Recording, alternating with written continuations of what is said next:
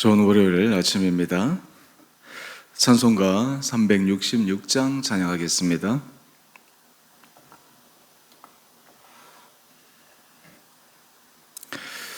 어두운 내는 밝히사 진리를 보게 하소서.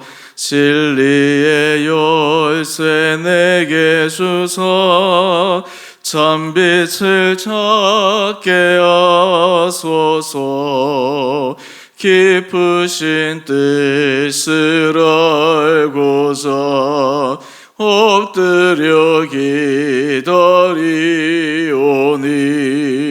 내 눈을 뜨게 하소서. 성령이여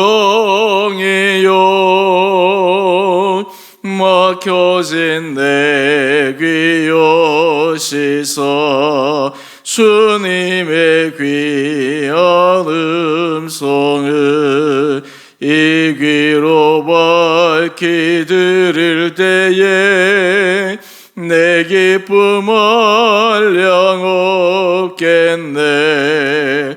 깊으신 뜻을 알고자 엎드려 기다리오니 내 귀를 열어주소서. 성령이여 봉해진 내 입 여시사 복음을 널리 전하고 차가운 내 맘 녹여주사 사랑을 하게 하소서. 깊으신 뜻을 알고자 엎드려 기다리오니 내 입을 열어주소서.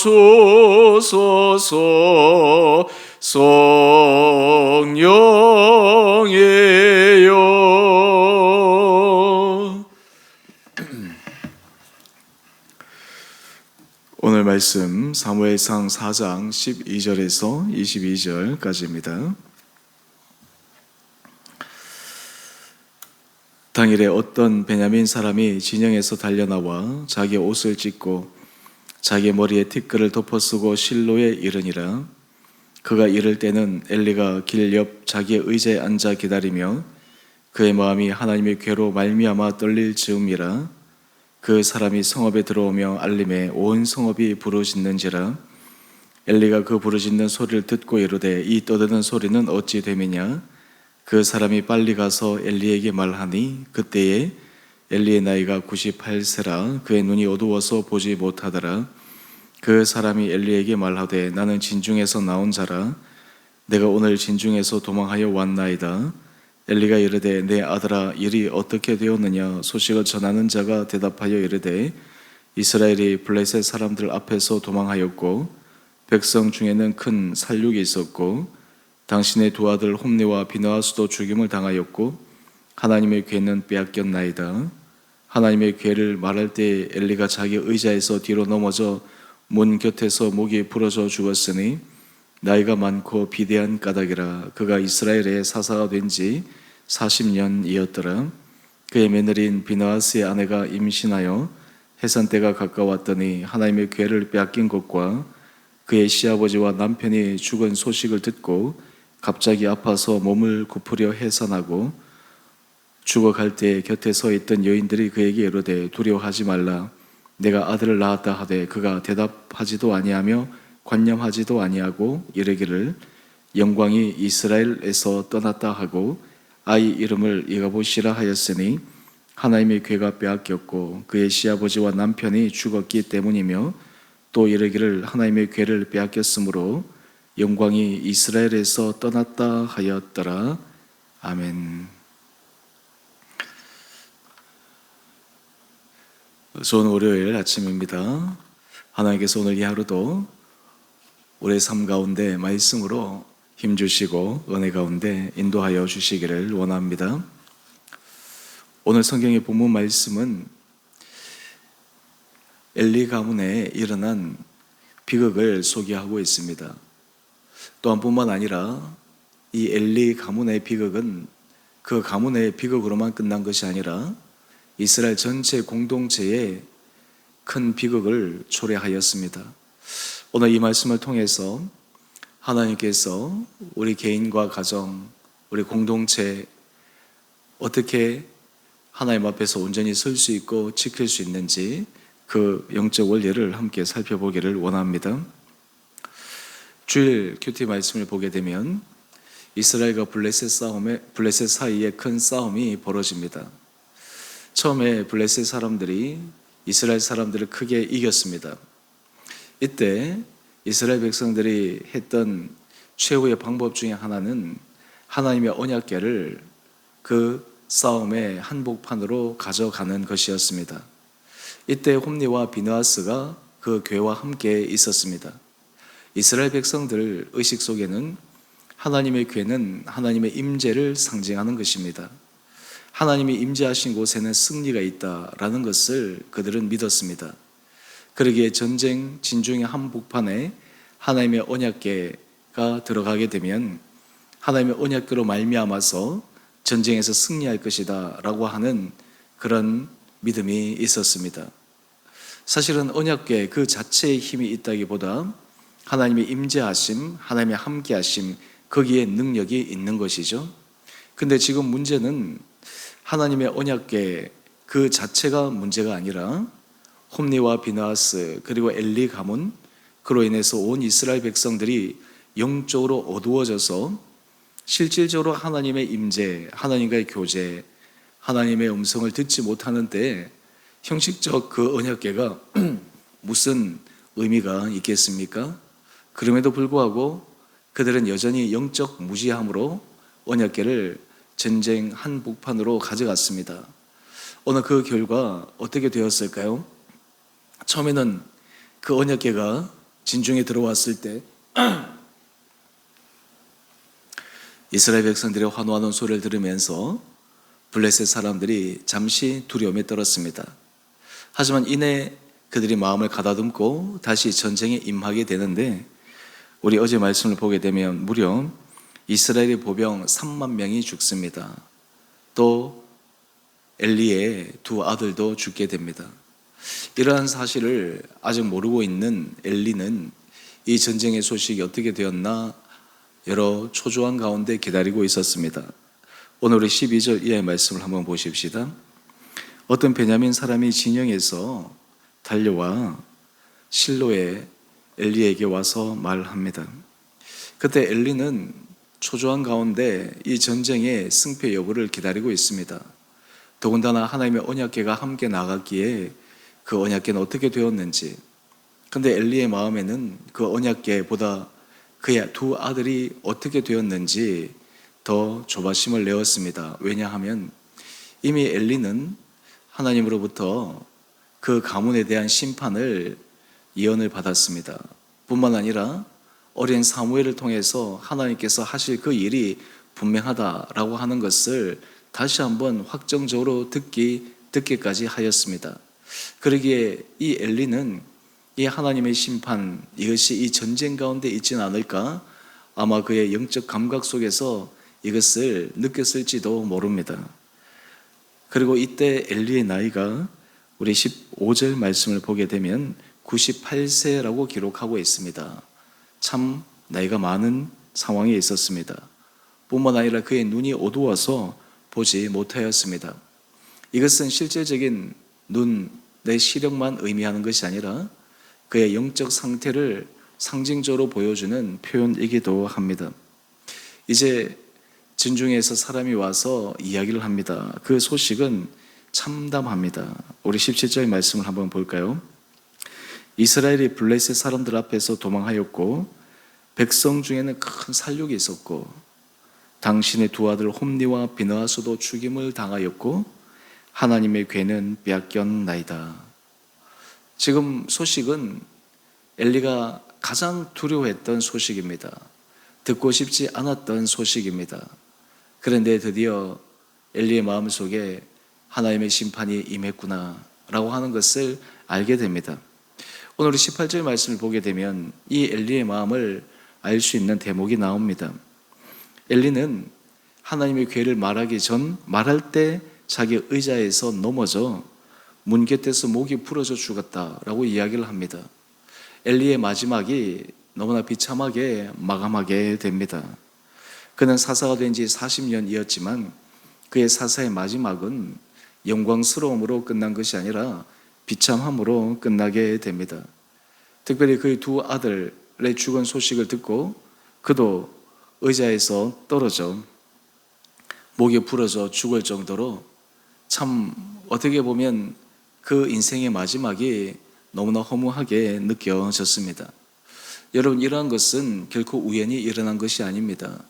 하나님께서 이미 말씀하셨고 뿐만 아니라 이러한 일들의 출발점은 엘리가 두 아들을 하나님 앞에서 온전히 훈계하고 양육하지 못했고 하나님께서 경고하셨음에도 불구하고 홈리와 비나하스는 끊임없이 하나님 앞에 범죄를 하고 하나님을 멸시하고 하나님을 경홀히 여겼기 때문입니다.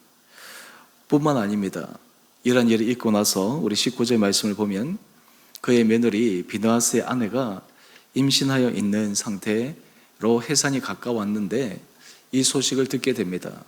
남편이 죽은 소식과 또한 그 남편의 죽은 소식을 듣고 그의 시아버지의 죽은 소식 뿐만 아니라 언약궤가 빼앗긴 소식, 이 소식을 듣고 갑작스럽게 해산을 하게 됩니다. 해산을 하였지만 이 며느리는 기쁨이 없습니다. 그의 고백을 보게 되면 21절입니다. 그 아들의 이름을 이가봇이라 짓습니다. 그 이름의 뜻은 영광이 이스라엘에서 떠났다 뿐만 아니라 22절을 보면 하나님의 궤를 빼앗겼으므로 영광이 이스라엘에서 떠났다 그렇게 이야기를 하며 그 출산의 기쁨은커녕 오히려 그 출산에서 큰 고통을 느끼고 있습니다. 여러분, 이 말씀을 통해서 하나님 앞에서 우리가 어떤 삶을 살아가야 될지에 대한 두려움으로 이 말씀을 바라보게 됩니다. 사실 하나님께서 여러분 경고하였음에도 불구하고 또 제가 이전에 설교하였지만 기회가 있었음에도 불구하고 그들이 돌이키지 않았을 때, 회개하지 않았을 때, 하나님 앞에서 진정 어린 참회를 드리지 않고 계속 자기의 잘못된 길을 고수할 때 결국 이러한 비참한 일이 일어나게 되었습니다. 뿐만 아닙니다. 엘리 가문의 문제는 그 가문만의 문제로 끝난 것이 아니라 그의 종교적 리더십의 문제는 이스라엘 공동체의 패배를 가져오게 되었습니다. 오늘 우리의 삶의 자리에서 하나님께서 우리 개인의 신앙, 우리 가정의 신앙, 우리 공동체의 신앙, 사실 이것은 밀접하게 연관되어져 있습니다. 우리 개인 한 사람 한 사람이 하나님 앞에 신앙 안에서 바로 서 있지 못하면 우리 가정이 바로 서기가 어렵습니다. 또한 우리 가정이 말씀 앞에서 믿음 앞에서 가장 우선순위로 서 있지 못하면 공동체 안에서 우리 한 사람 한 사람이 하나님의 은혜 가운데 거룩한 교회 공동체를 만들어 가는데 기여할 수도 없습니다. 오늘 이 엘리 가문의 몰락 그리고 엘리 가문에 임한 심판은 하나님 앞에서 성실하고 진실하고 그리고 하나님 앞에서 정직하게 행한 사람은 하나님의 은혜 복을 허락하여 주시지만 하나님을 경홀히 여기고 하나님의 말씀을 대수롭지 않게 여기고 뿐만 아니라 더 나아가서 하나님 앞에서 행하지 말아야 될 큰 죄악을 저지를 때 일어나는 그 결과에 대해서 우리에게 경종을 울려주고 있습니다. 오늘 큐티의 말씀을 한번 볼까요? 엘리 가문의 몰락과 하나님 말씀의 성취. 오늘 이 엘리 가문의 실패는 그 가문만의 실패가 아니었습니다. 이스라엘 전체의 실패였습니다. 이스라엘 공동체 전체의 실패였습니다. 오늘 이 아침 이 엘리 가문의 몰락을 보면 우리의 삶의 자리에 하나님, 내 삶의 모습은 하나님 앞에 올바로 서 있는지 점검해 볼 수 있는 귀한 하루 될 수 있게 되기를 원합니다. 우리의 삶이 주의 말씀 앞에 온전히 서 있는지, 주의 말씀 앞에서 우리의 생각과 우리의 모든 것을 그 앞에서 부복하며 순종하여 가고 있는지, 하나님께서 우리 마음속에 깨달음을 주시고 때로는 경종을 울리시고 우리에게 여러 가지 경고의 말씀을 주실 때, 그때마다 우리가 하나님 앞에서 깨어 기도하여 또한 참여하며 회개하며 하나님의 은혜 아래 다시 서게 되는 그런 우리의 모습들이 있게 되기를 원합니다. 특별히 우리 한 사람 한 사람들이 삶의 자리에서 이러한 삶의 부분들이 아름답게 세워질 때 우리 전체 삶이 하나님의 은혜 아래 서게 되고, 우리의 가정이 하나님의 은혜 아래 서게 되고, 우리 공동체가 하나님의 은혜 아래 서게 될 줄 믿습니다. 특별히 우리 교회 공동체를 위해서 기도할 때 교회 공동체 안에서는 한두 사람만이 자라여서 이 교회 공동체가 은혜 가운데 든든히 서가는 것이 아닙니다. 모든 성도들이 함께 하나님의 은혜 아래 그 맡은 자리에서, 각자의 자리에서 하나님 보시는 성실한 믿음의 길을 걸어가야만 합니다. 오늘 엘리 가문의 이 슬픈 소식, 가슴 아픈 이 소식은 우리로 하여금 다시 한번 하나님 앞에서 우리 마음을 다잡아 믿음의 길을 걸어가는 그런 결단이 있는 복된 하루 될 수 있게 되기를 주님의 이름으로 축원드립니다. 오늘 우리의 삶의 자리에서 끊어야 될 것은 끊어내고, 고쳐야 될 것은 고치고, 하나님 앞에서 결단해야 될 것은 결단할 수 있는 그런 삶의 모습이 온 성도들 가운데 있게 되기를 원합니다.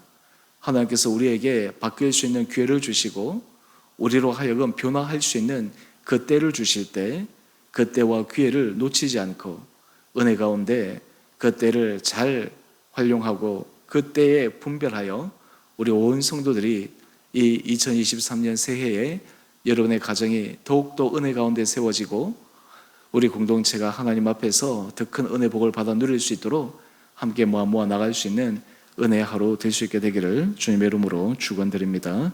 기도하겠습니다. 사랑의 주님, 엘리 가문의 몰락을 보며 하나님 앞에서 성실하게 걸어가지 못하며 때로 하나님의 경고에도 불구하고 잘못된 길을 갔을 때 어떠한 결과를 낳게 되는지를 분명하게 말씀을 통해 확인합니다. 하나님, 오늘 우리의 삶의 자리에 주께서 말씀하실 때 날마다 두렵고 떨림으로 주의 말씀을 경청하게 하여 주시고, 말씀 앞에서 우리의 삶을 반추하고 말씀 앞에서 우리의 삶을 비춤으로 말씀 안에 우리가 결단하고 변화될 수 있는 그런 용기가 온 성도들 가운데 있게 하여 주옵소서. 우리의 삶의 중심, 우리의 삶의 우선순위가 하나님 앞에 있게 하여 주시고, 특별히 주께서 세우신 주 은혜 공동체가 말씀 앞에서 질서가 세워지며 하나님 앞에서 우리 온 성도들이 하나님께서 축복하실 만한 아름다운 믿음의 길을 걸어가게 하여 주시옵소서. 우리 성도들 가운데 여러 힘들고 어려운 처지에 처해 있는 성도들, 하나님께서 그 한 사람 한 사람을 은혜 가운데 붙들어 주시고 주님의 은혜 보좌 앞에 나가게 하여 주시고, 무엇보다 주의 능력을 기대하며 하나님께서 함께해 주심을 경험하는 귀하고 복된 하루 되게 하여 주시어서 오늘도 승리하는 믿음의 하루 되게 하여 주옵소서. 우리 교회에서 후원하는 선교사님들, 국내 사역자들, 그분들에게 은혜를 더하여 주시고 각자의 자리에서 주께서 맡기신 바 귀한 사명들을 잘 감당케 하여 주시고, 또한 하나님 앞에서 아름다운 사역의 열매를 맺어가게 하여 주시고, 우리 온 성도들의 기도와 하나님 앞에서 그 사랑의 마음을 가지고 하나님의 나라 확장을 위해 더욱더 힘쓰는 귀한 협력된 사역이 이루어지게 하여 주시옵소서. 오늘 한나라로 삼도 주님께서 죄를 눈동자처럼 지켜주시기를 우리 사랑하신 예수님 이름으로 감사 기도 드리옵나이다. 아멘. 하늘에 계신 우리 아버지, 아버지의 이름을 거룩하게 하시며 아버지의 나라가 오게 하시며 아버지의 뜻이 하늘에서와 같이 땅에서도 이루어지게 하소서. 오늘 우리에게 일용할 양식을 주시고 우리가 우리에게 잘못한 사람을 용서하여 준 것 같이 우리의 죄를 용서하여 주시고 우리를 시험에 빠지지 않게 하시고 악에서 구하소서. 나라와 권능과 영광이 영원히 아버지의 것입니다. 아멘. 오늘도 믿음 안에서 승리하시는 복된 하루 되시기를 바랍니다.